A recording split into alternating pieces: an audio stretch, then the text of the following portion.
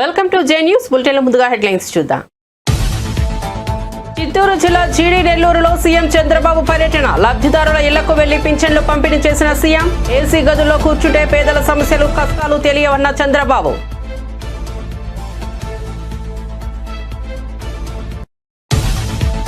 కాంగ్రెస్ నుంచి Teenmar Mallanna suspension. Teenmar మల్లన్నను suspend చేసిన క్రమశిక్షణ కమిటీ. పార్టీ వ్యతిరేక చర్యలపై వివరణ కోరిన కమిటీ అన్ని అంశాలు పరిశీలించాకే తీర్మార్ మల్లన్న సస్పెండ్ చేశామన్న పీసీసీ చీఫ్. కులగణన పత్రాలు తగలబెట్టడం తీవ్రంగా పరిగణించామని వెల్లడి. అబద్దాలు చెప్పినంత మాత్రాన కాంగ్రెస్ పై వ్యతిరేకత తగ్గదన్న కిషన్ రెడ్డి. రాష్ట్రంలో కేంద్రం చేపట్టిన 10 లక్షల కోట్ల విలువైన పనులను ఇప్పటికే వివరించామన్న. నేను ఇతర కేంద్ర మంత్రులను బెదిరించారని, దిగజారుడు మాటలు మాట్లాడారని ఆవేదన. కాంగ్రెస్ ప్రభుత్వ హయాంలో కొట్టుకుపోయినవి, కూలిపోయిన వాటికి లెక్కే లేదన్న కేటీఆర్. హైదరాబాద్ తెలంగాణ భవన్లో మాట్లాడిన మాజీ మంత్రి కేటీఆర్. మంచిని మైక్లో చెబుతామంటే ఈ ప్రభుత్వం చేసిన మంచి ఒకటి లేదని ఎద్దేవా. పోసానికి అస్వస్థత ఆసుపత్రికి తరలింపు. రాజంపేట ఆసుపత్రిలో పోసానికి ఈసీజీ పరీక్షలు నిర్వహించిన వైద్యులు. గుడ్డ కొట్టుకోవడంలో స్వల్ప తేడాలున్నట్లు గుర్తించిన డాక్టర్లు. కడప రిమ్స్ ఆసుపత్రికి తరలింపు.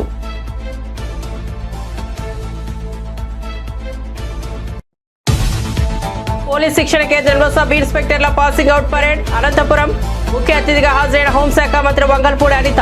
శిక్షణ పూర్తి చేసుకున్న 394 మంది ఎస్ఐలు.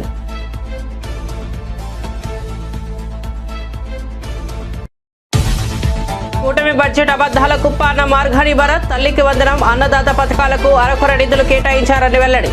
సూపర్ 6 పథకాలతో ప్రజలను మోసం చేస్తూ 1.40 లక్షల కోట్ల అప్పు చేసిందని విమర్శ. ఇక వార్త వివరాల్లోకి వెళ్తే ఏపీలో ఎన్డీఏ కూటమి ప్రభుత్వం రాష్ట్ర అభివృద్ధిపై ప్రత్యేక దృష్టి పెట్టింది. ఈ క్రమంలో సీఎం చంద్రబాబు ఎన్నికల సమయంలో ఇచ్చిన హామీల్లో భాగంగా ఇంటింటికి వెళ్లి పింఛన్లు పంపిణీ చేస్తున్నారు. ఈ నేపథ్యంలో శనివారం సీఎం చంద్రబాబు చిత్తూరు జిల్లాలోని గంగాధార నెల్లూరులో పర్యటించారు. ఈ క్రమంలో అక్కడ ఏర్పాటు చేసిన సభలో పాల్గొన్నారు. ఈ సందర్భంగా సభలో సీఎం చంద్రబాబు ప్రసంగిస్తూ గత వైసీపీ ప్రభుత్వంలో ప్రజలు తీవ్ర బాధలు పడ్డారని పేర్కొన్నారు. క్షేత్రస్థాయిలో తిరిగితేనే అధికారులకు ప్రజల బాధలు తెలుస్తాయి, కానీ ఏసీ గదుల్లో కూర్చుంటే పేదల సమస్యలు ఎలా తెలుస్తాయి అని ప్రశ్నించారు. గత 5 ఏళ్ల పాటు ప్రజలు ఎన్నో ఇబ్బందులు ఎదుర్కొన్నారని చెప్పారు. ఈ రోజు అందరినీ చూశాను. మీ ఊర్లో అందరికీ సెల్ ఫోన్లు ఉన్నాయి, స్మార్ట్ ఫోన్లు ఉన్నాయి. ఒకప్పుడు 25 ఏళ్ళు 30 ఏళ్లకు మునుపు నేను సెల్ ఫోన్ మాట్లాడితే అందరూ ఎగతాళి చేశారు. ఇప్పుడు ఆ సెల్ ఫోన్ లేకపోతే మామూలు పిల్లలు కూడా సెల్ ఫోన్ తోనే పుట్టే పరిస్థితికి వచ్చారు. పుట్టంగానే సెల్ ఫోన్ ఇస్తేనే ఏడు పాపేసే పరిస్థితికి వచ్చారు. అలాంటి పరిస్థితుల్లో మనం ఉన్నాం. ఈ రోజు మీరు చూస్తున్నారు టెక్నాలజీ. మీరంతా ఏం ఆలోచిస్తారంటే టెక్నాలజీ పెట్టుకుని మీ వాళ్ళకి ఎవరికైనా మెసేజ్లు పంపించాలంటే పంపిస్తారు, లేకపోతే ఒక సెల్ఫీ తీసుకుంటారు. నేను వస్తా ఉంటే ఇప్పుడు సెల్ఫీ అనేది మామూలుగా అందరికి అలవాటు అయిపోయింది. కానీ నేను ఆలోచించేది ఆ సెల్ ఫోన్ ద్వారా మీకు మెరుగైన సేవలు ఎట్లా అందించాలో అందించడానికి మీ ముందుకు వస్తున్నాను. అందుకే ఒక వాట్సాప్ గవర్నెన్స్ అన్నాను. మీరు ఏ ఆఫీసుకు పోయే పని లేదు, మీ చేతుల్లోనే ఈ ప్రభుత్వం ఉంటుంది. ఏ పని కావాలన్నా మీ సెల్ ఫోన్ తీసుకొని కొడితే ఆ సర్టిఫికేట్ కావాలన్నా పని కావాలన్నా రికార్డ్ చేసి అధికార యంత్రాంగం జవాబుదారితనంగా పనిచేసే పరిస్థితి వస్తుంది.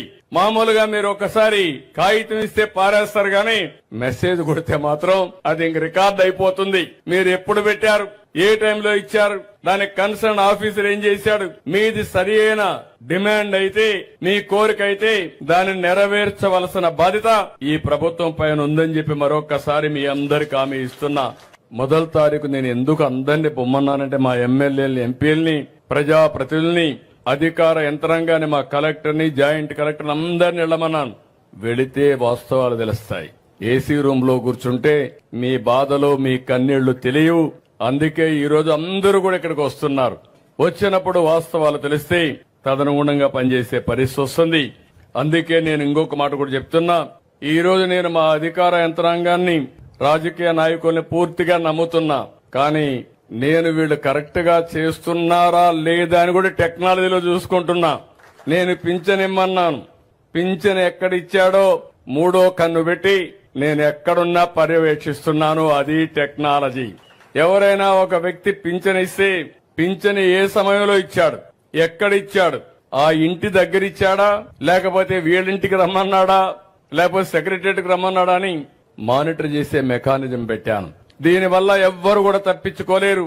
ఈ రోజు మీరు చూస్తే 7 గంటలకు ప్రారంభించాం, 10-11 గంటలకు 10కే 80% పింఛన్లు డిస్ట్రిబ్యూట్ చేశారంటే మనస్ఫూర్తిగా అధికార యంత్రాంగాన్ని అభినందిస్తున్నా. పేదవాళ్లకు మీరు అండగా ఉండండి, మీకు తోడుగా నేను ఉంటానని అధికార యంత్రాంగాన్ని కూడా విజ్ఞప్తి చేస్తున్నా.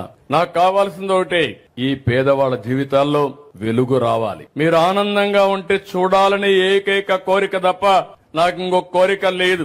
ఈ రోజు నేను వచ్చిన కార్యక్రమం మీరు చూస్తే భారతదేశంలోనే ఎక్కడా ఇంత పెద్ద కార్యక్రమం లేదు. ప్రతి ఒక్క వ్యక్తి మీరు గుర్తుపెట్టుకోవాలి.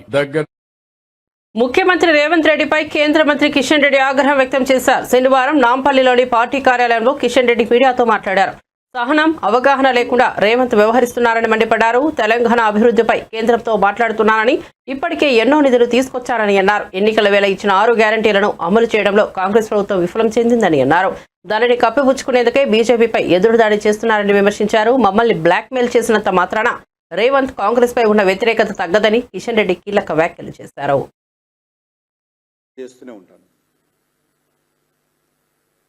గత 10 సంవత్సరాలుగా కూడా అనేక రకాల పథకాలను తెలంగాణలో కేంద్ర ప్రభుత్వ పథకాలను సమర్థవంతంగా అమలు చేస్తూ ఉన్నాం. కొన్ని కేంద్ర ప్రభుత్వ పథకాలలో రాష్ట్ర ప్రభుత్వం సహకారం అందివని కారణంగా కొన్ని అమలు చేయలేకపోయాం. అవి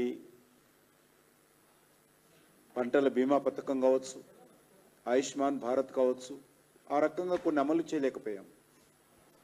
కానీ పెద్ద ఎత్తున కరోనా వచ్చినప్పుడు కావచ్చు, జాతీయ రహదారులు కావచ్చు, రైల్వేల ప్రాజెక్టులు కావచ్చు, ఎడ్యుకేషన్ సంబంధించినటువంటి ఇన్స్టిట్యూషన్స్ కావచ్చు, పరిశోధన కేంద్రాలు కావచ్చు, అన్ని రకాలుగా కేంద్ర ప్రభుత్వ పథకాలు అమలు చేయాల్సినటువంటి బాధ్యత మా పైన ఉన్నది. వాటిని చాలా సమర్థవంతంగా కేంద్ర ప్రభుత్వము తెలంగాణలో కూడా అమలు చేస్తున్న విషయాన్ని మనం చేస్తా ఉన్నాను. కాంగ్రెస్ పార్టీ అధికారంలోకి వచ్చి తెలంగాణ రాష్ట్రంలో 14 నెలలైంది. ఈ 14 నెలల్లో కాంగ్రెస్ పార్టీ అమలు చేస్తానన్నటువంటి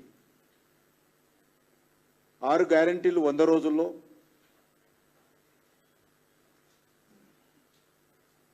మరో 420 సబ్ గ్యారంటీస్ అమలులో పూర్తిగా వైఫల్యం చెందింది. ప్రజలలో తీవ్రమైనటువంటి వ్యతిరేకత ఈరోజు తెలంగాణలో అన్ని వర్గాల ప్రజల్లో చోటు చేసుకుంది. దాన్ని కప్పిపుచ్చుకునేటువంటి ప్రయత్నంలో భాగంగానే,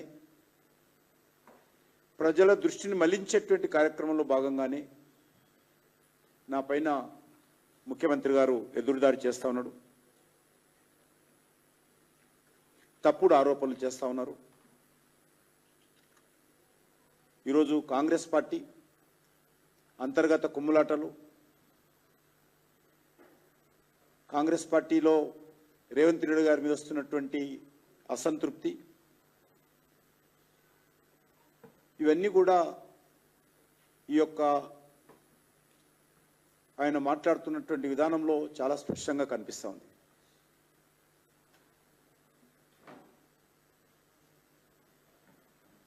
భారతీయ జనతా పార్టీనో మమ్మల్ని బ్లాక్మెయిల్ చేసినంత మాత్రాన, బెదిరించినంత మాత్రాన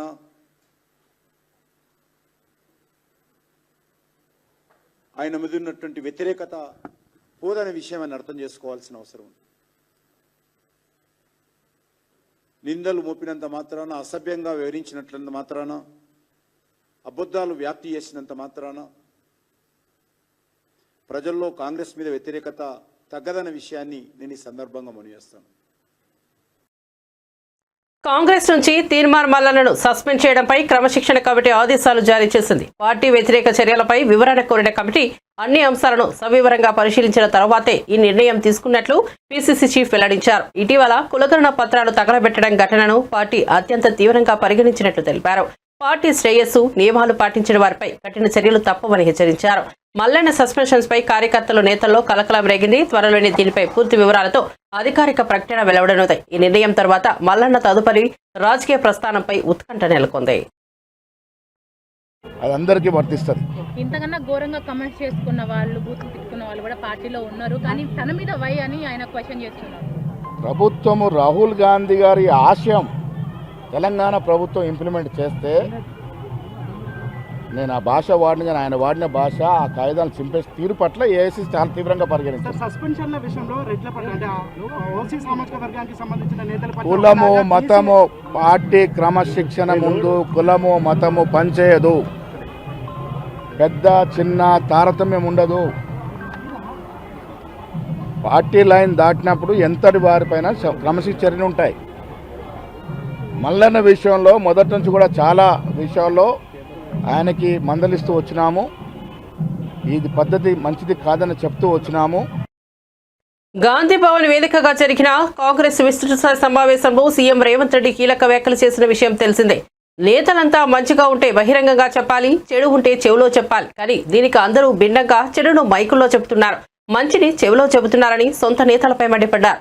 ఇక నుంచి ఎవరూ అలా ప్రవర్తించకూడదని అన్నారు. తాజాగా సీఎం రేవంత్ రెడ్డి వ్యాఖ్యలపై బీఆర్ఎస్ వర్కింగ్ ప్రెసిడెంట్ మాజీ మంత్రి కేటీఆర్ స్పందించారు. శనివారం తెలంగాణ భవన్లో కేటీఆర్ సమక్షంలో రంగారెడ్డి జిల్లాకు చెందిన పలువురు కాంగ్రెస్ నాయకులు బీఆర్ఎస్ పార్టీలో చేరారు. వారికి కేటీఆర్ కండువా కప్పి ఆహ్వానించారు. అనంతరం ఆయన మాట్లాడుతూ అతి త్వరలో రాష్ట్రంలో ఉప ఎన్నికలు రాబోతున్నాయని సంచలన ప్రకటన చేశారు.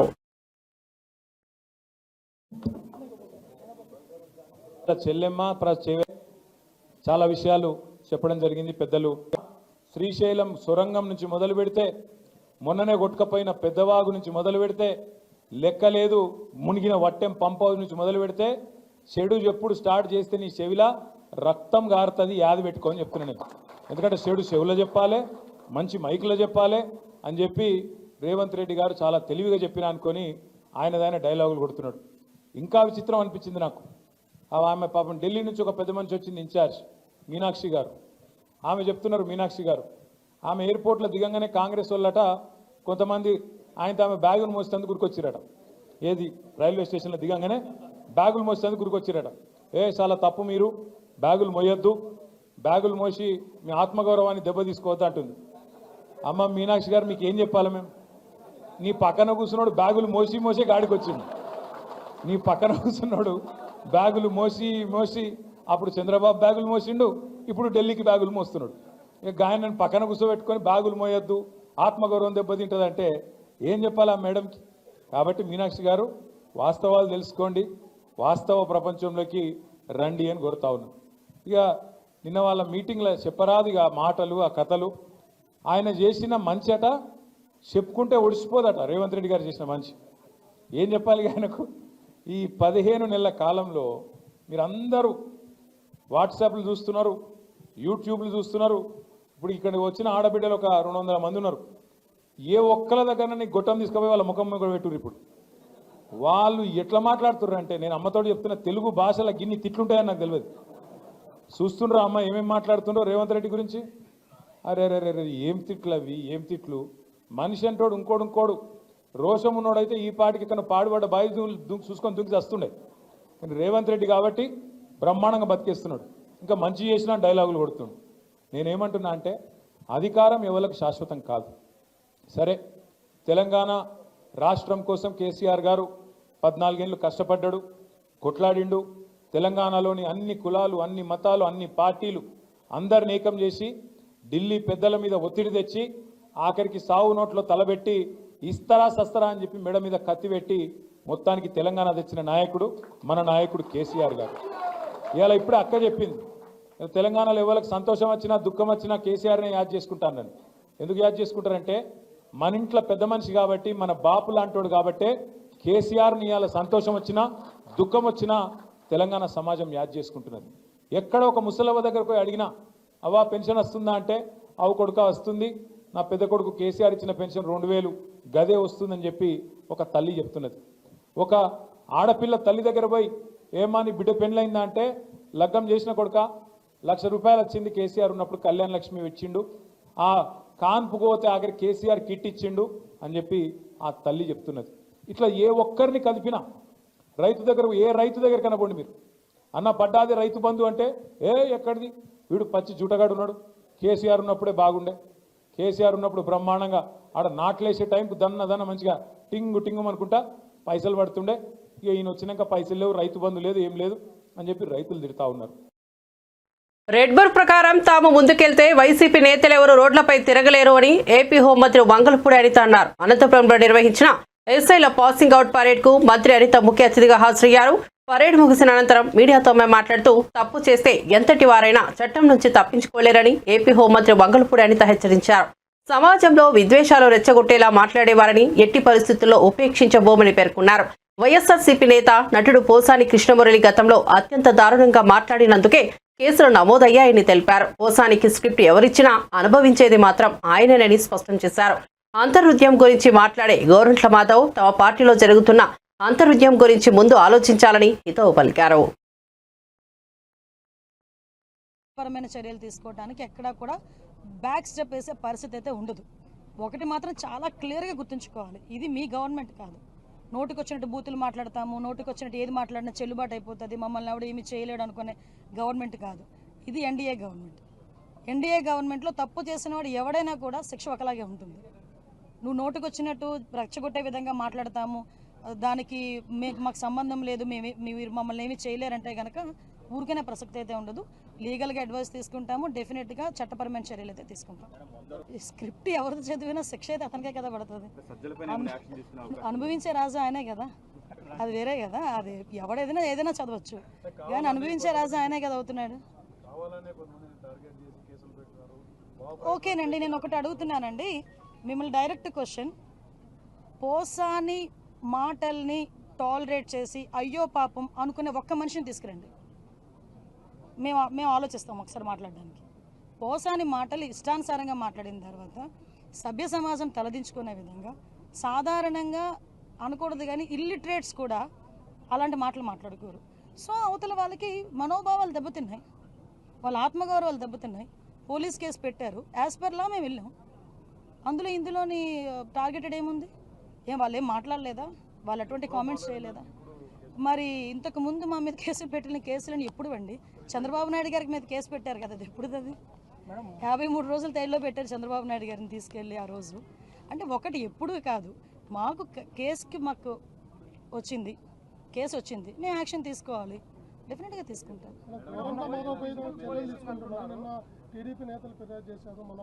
అదేనండి మేము కూడా, అంటే విషయం ఏంటంటే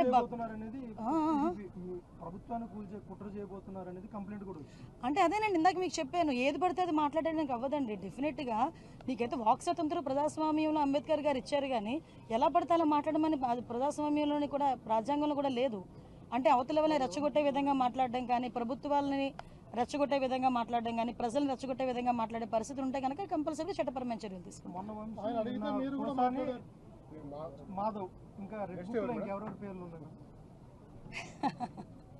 రెడ్ బుక్ పరంగా మేము వెళ్ళాలి అనుకుంటే ఈరోజు వైఎస్ఆర్సీపీ నాయకులు ఎవరు రోడ్ల మీద తిరగరండి. దయచేసి మీరు కూడా అర్థం చేసుకోవాలి, మేము యాజ్ పర్ లా వెళ్తున్నాము, యాజ్ పర్ వాళ్ళు ఎవరైనా కంప్లైంట్ ఇస్తే కంప్లైంట్ బేస్ చేసుకొని వెళ్తున్నాము. పోసాని గారి మీద సుమారుగా 17 కేసులు, దగ్గర 17 కేసులు రాష్ట్రం మొత్తం మీద 17 కేసులు ఫైల్ అయి ఉన్నాయి. వంశీ మీద ఎన్ని కేసులు ఫైల్ అయి ఉన్నాయి మీకు తెలుసు. ఈ రోజుకి కూడా ఏ కేసుల్లో ఫైల్ అయినాయో మీకు తెలుసు. ఇందులోని కక్షపూరితంగా ఎన్డీఏ గవర్నమెంట్ చేయాలి అనుకుంటే వైఎస్ఆర్సీపీ నాయకులు ఎవరు కూడా బయటకు తిరగలేరు, కానీ మేము ఆ కక్ష సాధింపు ధోరణిలోకి వెళ్ళలేదు. అలాగని తప్పు చేసిన వదిలిపెట్టే ప్రసక్తి లేదు. తప్పు చేసినోడికి శిక్ష పడాలి, లేకపోతే భయం ఎలా ఉంటుంది? సినీ పరిశ్రమలో విభేదాలు, వర్గ వైషమ్యాలు రెచ్చగొట్టేలా వ్యాఖ్యలు చేయడం, డిప్యూటీ సీఎం పవన్ కళ్యాణ్ పై అనుచిత వ్యాఖ్యలు చేసిన కేసులో సినీ నటుడు పోసాని కృష్ణమురళికి కోర్టు 14 రోజుల రిమాండ్ విధించింది. ప్రస్తుతం ఆయన రాజంపేట సబ్ జైల్లో ఉన్నారు. జైల్లో ఆయనను ప్రత్యేక గది కేటాయించారు. మరోవైపు జైల్లో ఉన్న పోసాని అస్వస్థకు గురయ్యారు. ఛాతీలో నొప్పిగా ఉందని చెప్పడంతో ఆయనను జైలు సిబ్బంది స్థానిక ప్రభుత్వ ఆసుపత్రికి తరలించారు. ప్రస్తుతం ఆయనకు వైద్యులు చికిత్స అందిస్తున్నారు. చికిత్స అనంతరం ఆయనను మళ్లీ జైలుకు తరలిస్తారు.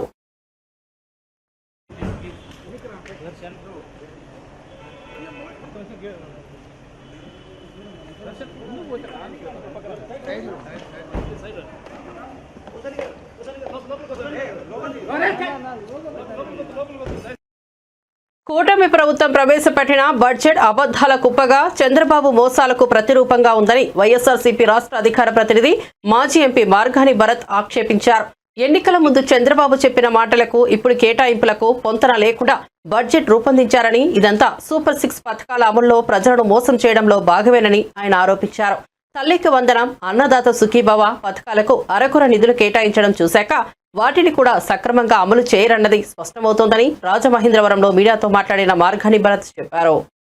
సెకండ్ ఇయర్ దాకా చూస్తే లెక్కలు చూసుకుంటే డేటా తీసుకుంటే 87 లక్షల మంది వస్తూ ఉన్నారు సుమారుగా. మరి 87 లక్షలు ఇంటూ 15,000 రూపాయలు చొప్పున చూసుకుంటే సుమారుగా 12,900 కోట్ల రూపాయలు, 600 నుంచి 900 కోట్లు రమారమి వస్తూ ఉంది. కానీ మీరు బడ్జెట్లో కేటాయించింది 9,400 కోట్లని మీరు చెప్తూనే అలొకేషన్స్ దగ్గర లోపల పేజీ లోపలికి వెళ్తే 8,300 కోట్లు వస్తుంది. అంటే ఇక్కడ మీరు సుమారుగా 3,800 కోట్ల రూపాయలు కోత పెట్టారు. అంటే మీరు ఏ పిల్లల్ని మీరు అందులోంచి తీసేద్దామని అనుకుంటా ఉన్నారు? మీరు చెప్పారు కదా ప్రతి ఇంటింటికి కూడా వెళ్ళి ఇగో నీకు 15,000 నీకు 15,000 అని చెప్పారు కదా, మరి ఎందుకు చేయట్లేదని అడుగుతా ఉన్నాం. ఇది 2వ సంవత్సరం, అంటే బడ్జెట్ 2వ సంవత్సరం. అంటే మీ ప్రభుత్వానికి ప్రజలు ఇచ్చింది 5 సంవత్సరాలు అయితే 2 సంవత్సరాలకు సంబంధించి ఈ బడ్జెట్లో కేవలం మీరు ఇచ్చిన సూపర్ 6లో 2 హామీలు మటుకే వాళ్ళు కనబడతా ఉన్నాయి. పోనీ అది కూడా పూర్తి స్థాయిలో ఇస్తున్నారంటే అది కూడా కనబడట్లా. 3వ హామీ దగ్గరకు వచ్చేసరికి నిరుద్యోగ భృతి 20 లక్షల మందికి మీరు జాబులు ఇస్తానని చెప్పారు. ఎక్కడికి వెళ్ళిపోయినాయి ఈ జాబులు? మేము అడుగుతా ఉన్నాం, ప్రశ్నిస్తూ ఉన్నాం. మీ చంద్రబాబు నాయుడు గారు విజన్ కదా, విజన్ 2020 కదా, స్వర్ణాంధ్ర 2030 అని చెప్పాడు. మరి 2030 గాలికి వదిలేసి మరి ప్రధానమంత్రి గారు ఎప్పుడైతే 2047 అని ఆయన నినాదం తీసుకున్నారు దాన్ని కాపీ కొట్టి ఇవాళ మళ్ళీ స్వర్ణాంధ్ర 2047 అని చెప్తా ఉన్నారు. నేను అడుగుతా ఉన్నా, మీ చంద్రబాబు నాయుడు గారు, మీ లోకేష్ గారు, మీరందరూ కూడా మీ టీం అంతా కూడా వరల్డ్ ఎకనామిక్ ఫోరంకి వెళ్ళారు, దావోస్ వెళ్ళారు. మరి చంద్రబాబు నాయుడు గారికి అంత పెద్ద గొప్ప విజనే ఉంటే ఏమైంది? ఒక్క రూపాయి అయినా ఎంఓయూ చేశారా అని వాళ్ళు మేము ప్రశ్నిస్తున్నాము. ఆంధ్రప్రదేశ్ ప్రజలు సాక్షిగా మేము ప్రశ్నిస్తున్నాము. ఒక్క రూపాయినా మీరు ఎంఓయూ చేసుకున్నారా? ఏమైపోయింది మీ తెలివి? ఏమైపోయింది మీకున్న పరిచయాలు? మీ గొప్పతనం ఏమైపోయింది? అంటే ఎక్కడ కూడా ఒక పెద్ద క్వశ్చన్ మార్క్ కనబడుతుంది. మన పక్క రాష్ట్రమే మహారాష్ట్ర, వాళ్ళు డబుల్ ఇంజన్ సర్కార్ అని చెప్పుకుంటున్నారు. వాళ్ళు సుమారుగా 15,80,000 కోట్ల రూపాయలు ఎంఓయూలు చేసుకున్నారు. సుమారుగా 61 ఎంఓయూలు, నాకు తెలిసి 61 ఎంఓయూల్లో వాళ్ళు అనౌన్స్ చేసింది 16 లక్షల జాబులు అనౌన్స్ చేశారు. అదేవిధంగా మరి మన పక్కన ఉన్న రాష్ట్రం తెలంగాణ రాష్ట్రం. మరి తెలంగాణ రాష్ట్రంలో రేవంత్ రెడ్డి గారిది ఏం డబుల్ ఇంజిన్ సర్కార్ కాదు. ఆయన 1,79,000 కోట్ల రూపాయలు ఎంఓయూలు చేసుకున్నారు. 20 ఎంఓయూలు రాసుకున్నారు వాళ్ళు డిఫరెంట్ కంపెనీస్తో. వాళ్ళు అనౌన్స్ చేసింది 50,000 జాబులు అనౌన్స్ చేశారు. మరి ఈ చంద్రబాబు నాయుడు గారు ఇంత పెద్ద గొప్ప విజన్ ఉన్న నాయకుడు ఒక్క ఎంఓయూలు కూడా ఎందుకు చేసుకోలేదని వాళ్ళు మరి ప్రశ్నిస్తున్నాం. మీరు 20 లక్షల జాబులు ఏ రకంగా మీరు సృష్టిస్తారు? ఇదనంటే క్వశ్చన్ మార్క్. మరి ఇవాళ ఇక్కడ చూసినట్టయితే సుమారుగా ఏదైతే నిరుద్యోగ భృతి గురించి మనం మాట్లాడితే సుమారుగా 20 లక్షల పై మంది నిరుద్యోగుల పైనే ఉన్నారు. అంటే సుమారుగా ఇంతమంది 20 లక్షల మందికి మీరు జాబులు ఇవ్వకపోగా మీరు 3,000 రూపాయలు చొప్పున ప్రతి బెర్లిన్లో ఈ నెల 4, 5, 6 తేదీల్లో జరగనున్న ఐబీటీ 2025 పర్యాటక ప్రదర్శనలో ఏపీ తరపున మంత్రి దుర్గేష్, పర్యాటక శాఖ ఎండీ హాజరవుతున్నారు. ట్రావెల్ టూరిజం అనుసంధానంపై రాష్ట్రం ముందుకు సాగుతుందని, ముఖ్యంగా బీచ్ల అభివృద్ధిపై ప్రత్యేక దృష్టి పెట్టినట్లు దుర్గేష్ తెలిపారు. అలాగే నెల 14న పిఠాపురంలో ఆవిర్భావ సభ నిర్వహించనున్నట్లు ప్రకటించారు. ఏప్రిల్ నెల నుంచి జనసేన అధినేత పవన్ కళ్యాణ్ రాష్ట్ర వ్యాప్తంగా పర్యటనలు ప్రారంభించనున్నారని తెలిపారు. పర్యాటక రంగం ద్వారా పెట్టుబడులు ఆకర్షించడం లక్ష్యంగా వివిధ కార్యక్రమాలను చేపడతామని దుర్గేష్ పేర్కొన్నారు. ప్రదర్శనలో ఏపీ ప్రత్యేకతలను ప్రాచుర్యం చేయనున్నట్లు వివరించారు. ఇన్సెంటివ్స్ ఇచ్చే విధంగా మేము ఈ పాలసీని తీసుకురావడం జరిగింది. దాంతోపాటు ఎక్కడికెక్కడ రీజనల్ వైజ్గా పెట్టుబడిదారుల సదస్సులు పెడతా ఉన్నాం. ఢిల్లీలో కూడా పెట్టాం, రేపు హైదరాబాదు, చెన్నై, బెంగళూరులో కూడా పెడతాం. ఇవన్నీ పెట్టడం ద్వారా ఆంధ్రప్రదేశ్కు ఉన్నటువంటి పొటెన్షియాలిటీని వాళ్ళందరికీ తెలియజెప్పాలి. ఇప్పటివరకు మనకు ఉన్నటువంటి బూతులు పొటెన్షియాలిటీని చెప్పగలిగాం, కానీ మన మంత్రులు, గత మంత్రులు ఆంధ్రప్రదేశ్కు ఉన్నటువంటి నిజమైన పర్యాటక పొటెన్షియాలిటీని చెప్పలేకపోయారు. ఇవాళ మేము ఆ కార్యక్రమాన్ని చేపట్టాం. స్థానికంగా ప్రాంతీయంగా ఈ కార్యక్రమాలు చేయడంతో పాటు దేశీయంగా అంతర్జాతీయంగా కూడా ఈ పొటెన్షియాలిటీని చూపించడానికి వీలుగానే రేపు 4, 5, 6 తారీఖుల్లో బెర్లిన్లో జరిగేటువంటి కార్యక్రమంలో కూడా పాల్పంచుకుంటా ఉన్నాను. దీంట్లో భాగంగా ఒక పక్కన వారందరినీ ఆకర్షించే విధంగా కార్యక్రమాలు చేయడం, దాంతోపాటు రమారమి ఒక 30 మంది పెట్టుబడిదారులతో ప్రత్యేకంగా సమావేశం కాబోతున్నాను. నేను కానీ ఎండి గారు కానీ మేము సమావేశమై ఆ 30 మందిని కూడా ప్రత్యేకంగా మనకి తప్పనిసరిగా ఆంధ్రప్రదేశ్ వచ్చి వాళ్ళు టూరిజం యాక్టివిటీస్ చేపట్టాలనేటువంటి ఆలోచనలు కూడా మేము చేపడతా ఉన్నాం. అదేవిధంగా అక్కడ జరిగేటువంటి ఇంటర్నేషనల్ డయాస్ మీద జరిగేటువంటి పత్రికా సమావేశంలో కూడా మీలాంటి పాత్రికేయ మిత్రులు అక్కడ ఇంటర్నేషనల్ పాత్రికేయ మిత్రులతోటి మాట్లాడి మన యొక్క పొటెన్షియాలిటీని వారి ద్వారా ప్రపంచంతటికి తెలియజేసే విధంగా కూడా ఒకరోజు ఆ పత్రికా సమావేశంలో కూడా పాల్గొంటున్నాను. దాంతోపాటు మనకి డయాస్ మీద కూడా మెయిన్ డయాస్ మీద కూడా ప్రత్యేకించి ఆంధ్రప్రదేశ్ యొక్క ఏ రకమైనటువంటి ఎకో టూరిజం కానీ వెల్నెస్ టూరిజం కానీ పిలిగ్రమ్ టూరిజం కానీ ముఖ్యంగా మన ప్రాంతంలో బౌద్ధ ఆరామాలు ముఖ్యంగా బుద్ధిస్ట్ కల్చర్ ఏదైతే ఉందో అటు వైజాగ్ దగ్గర ఉన్నటువంటి ప్రాంతాలు ఇటు అమరావతి దగ్గర ఉన్నటువంటి ప్రాంతాలు బుద్ధిస్ట్ కల్చర్ని డెవలప్ చేయడానికి ఏదైతే ఉన్నాయో అవి కూడా అక్కడ అంతర్జాతీయ వేదిక మీద తెలియజెప్తాం. దాంతోపాటు ఏదైతే మనకి ప్రధానమైనటువంటి గోదావరి, కృష్ణ, పెన్నా నదులు ఇక్కడ ఉన్నాయో అదేవిధంగా సముద్ర తీరం ఉందో ఈ ప్రాంతంలో ఉన్నటువంటి పర్యావరణ హితమైనటువంటి పర్యాటకం ఏ రకంగా వృద్ధి చేయొచ్చు అనేటువంటి అంశాన్ని కూడా వారికి తెలియజెప్తాం. దాంతోపాటు సస్టైనబుల్ టూరిజం డెవలప్మెంట్ అనేటువంటి దాని మీద మేము ప్రత్యేకంగా దృష్టి పెడతా ఉన్నాం. అంటే ఏదో ఒక రోజు కార్యక్రమం చేసేయటంలా కాకుండా ఒక కార్యక్రమం ఒక టూరిజం కార్యక్రమం ప్రారంభిస్తే అది 10 కాలాల పాటు నిలబడి మన ఆంధ్రప్రదేశ్ని ఒక పక్కన ఆహ్లాదం ఇచ్చేటువంటి ప్రాంతంగాను. మంత్రాలయం రాఘవేంద్ర స్వామిని ఏపీ మంత్రి నారా లోకేష్ దర్శించుకున్నారు. పాదుకాభిషేకం, గురు వైభవోత్సవ కార్యక్రమాలు ఆయన పాల్గొన్నారు. మంత్రిగా లోకేష్ చేస్తున్న విశేష సేవలకు గాను గరుడ వైభవోత్సవ పురస్కారాన్ని మఠం పీఠాధిపతి సుబుధేంద్ర తీర్థులు అందించారు. ఈ సందర్భంగా మంత్రిని ఆయన ప్రశంసించారు.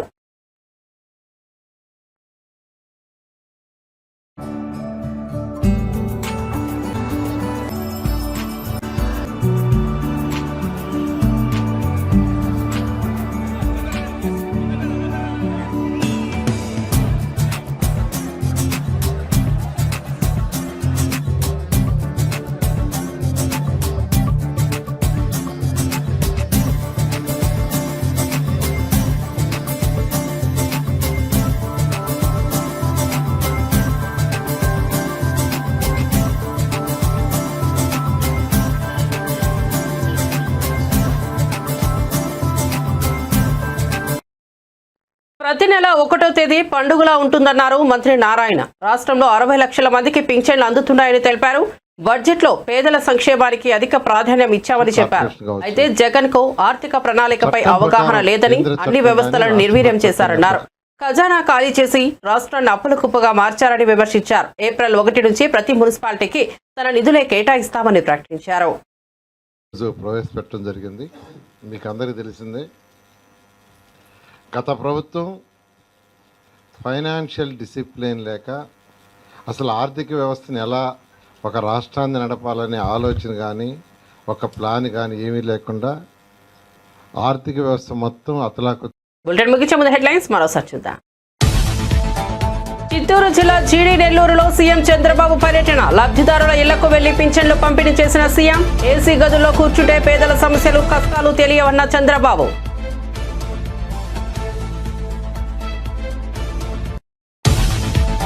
కాంగ్రెస్ నుంచి తీర్మార్ మల్లన్న సస్పెన్షన్. తీర్మార్ మల్లన్నను సస్పెండ్ చేసిన క్రమశిక్షణ కమిటీ. పార్టీ వ్యతిరేక చర్యలపై వివరణ కోరిన కమిటీ. అన్ని అంశాలు పరిశీలించాకే తీర్మార్ మల్లన్న సస్పెండ్ చేశామన్న పీసీసీ చీఫ్. కులగణన పత్రాలు తగలబెట్టడం తీవ్రంగా పరిగణించామని వెల్లడి. అబద్ధాలు చెప్పినంత మాత్రాన కాంగ్రెస్ పై వ్యతిరేకత తగ్గదన్న కిషన్ రెడ్డి. రాష్ట్రంలో కేంద్రం చేపట్టిన 10 లక్షల కోట్ల విలువైన పనులను ఇప్పటికే వివరించామన్న నేను ఇతర కేంద్ర మంత్రులను బెదిరించారని దిగజారుడు మాటలు మాట్లాడారని ఆవేదన. కాంగ్రెస్ ప్రభుత్వ హయాంలో కొట్టుకుపోయినవి కూలిపోయిన వాటికి లెక్కే లేదన్న కేటీఆర్. హైదరాబాద్ తెలంగాణ భవన్ లో మాట్లాడిన మాజీ మంత్రి కేటీఆర్. మంచిని మైక్లో చెబుతామంటే ఈ ప్రభుత్వం చేసిన మంచి ఒకటి లేదని ఎద్దేవా. పోసానికి అస్వస్థత ఆసుపత్రికి తరలింపు. రాజంపేట ఆసుపత్రిలో పోసానికి ఈసీజీ పరీక్షలు నిర్వహించిన వైద్యులు గుడ్డ కొట్టుకోవడంలో స్వల్ప తేడాలు ఉన్నట్లు గుర్తించిన డాక్టర్లు కడప రిమ్స్ ఆసుపత్రికి తరలింపు.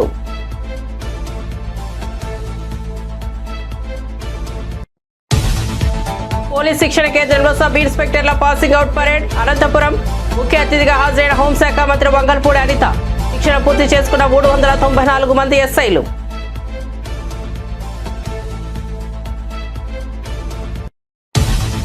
కూటమి బడ్జెట్ అబద్ధాల కుప్ప అన్న మార్గాని భరత్. తల్లికి వందనం, అన్నదాత పథకాలకు అరకొర నిధులు కేటాయించారని వెల్లడి. సూపర్ 6 పథకాలతో ప్రజలను మోసం చేస్తూ 1.40 లక్షల కోట్ల అప్పు చేసిందని విమర్శ. మరిన్ని అప్డేట్స్ కోసం చూస్తూనే ఉండండి జే న్యూస్.